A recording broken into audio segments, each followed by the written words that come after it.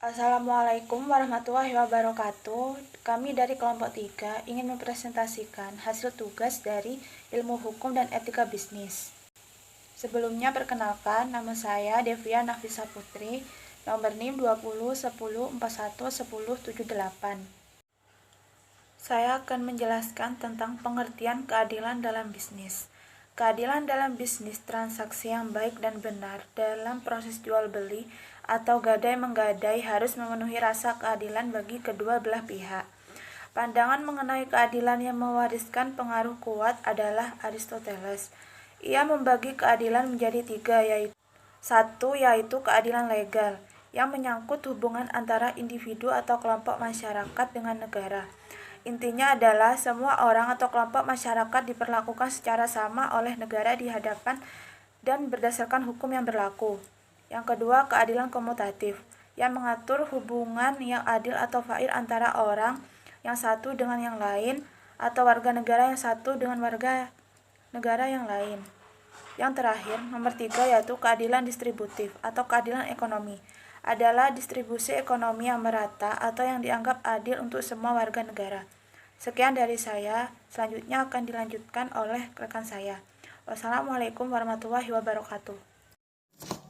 Assalamualaikum warahmatullahi wabarakatuh. Saya Yulin Kusmawati, NIM 20104111079. Di sini saya akan menjelaskan prinsip-prinsip keadilan dalam bisnis. Dalam buku Etika Bisnis yang ditulis Sonny Keraf, terdapat 3 prinsip pokok keadilan komutatif yang diambil dari gagasan Adam Smith, yakni yang A, adanya prinsip paling pokok dari keadilan, yakni prinsip no harm atau prinsip yang tidak menimbulkan kerugian bagi pihak-pihak lain secara konkret, tidak merugikan kepentingan dan hak orang lain.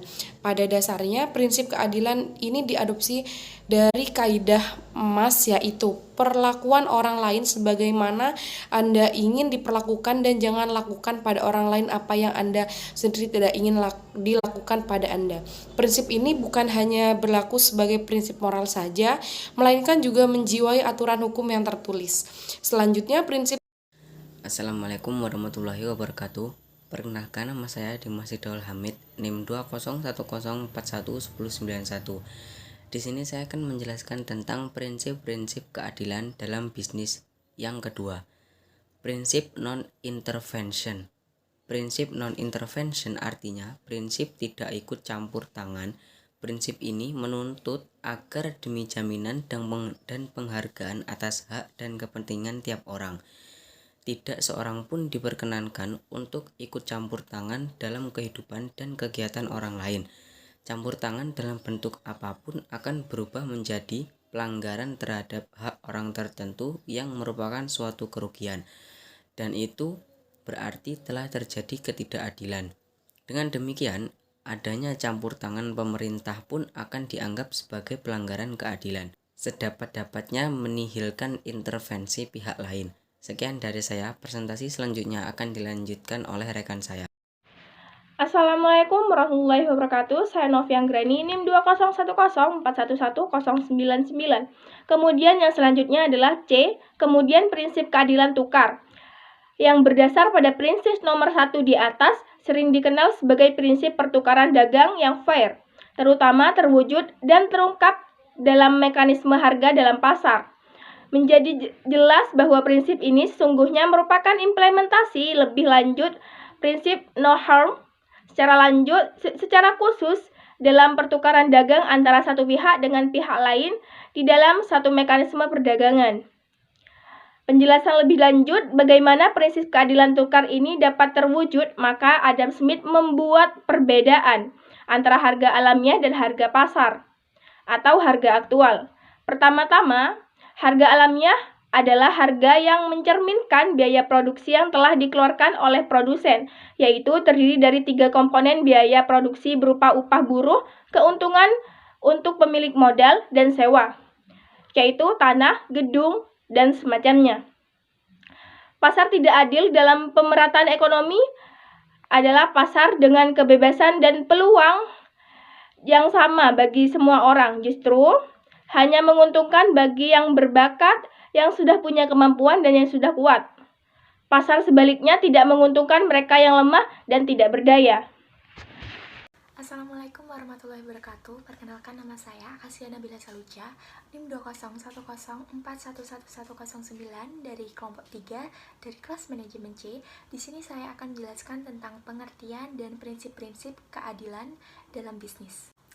Wilkie Mlika mengatakan bahwa tidak adil membiarkan mereka yang secara kodrati tidak beruntung mati kelaparan hanya karena mereka tidak punya sesuatu yang dapat ditawarkan kepada orang lain dalam sebuah pertukaran yang fair.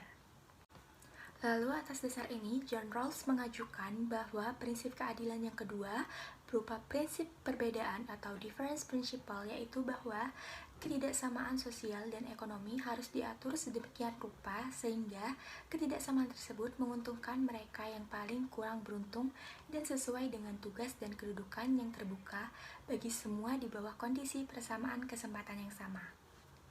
Sekian dari saya, selanjutnya akan dijelaskan oleh rekan saya. Wassalamualaikum warahmatullahi wabarakatuh. Assalamualaikum warahmatullahi wabarakatuh. Nama saya Dana Radova Sunarto, NIM 20104111260. Dengan demikian, jalan keluar utama untuk memecahkan ketidakadilan distribusi ekonomi oleh pasar adalah dengan mengatur sistem dan struktur sosial agar terutama menguntungkan kelompok yang paling kurang beruntung. Sasaran pokok teori keadilan Rawls adalah perubahan struktur sosial sedemikian rupa agar lebih menguntungkan kelompok yang kurang beruntung. Peran dan campur tangan pemerintah diizinkan untuk mengambil kebijakan tertentu, termasuk melalui mekanisme pajak dalam rangka membantu kehidupan kelompok yang kurang beruntung. Terima kasih, itu saja yang dapat kami sampaikan. Kurang lebihnya mohon maaf. Wassalamualaikum warahmatullahi wabarakatuh.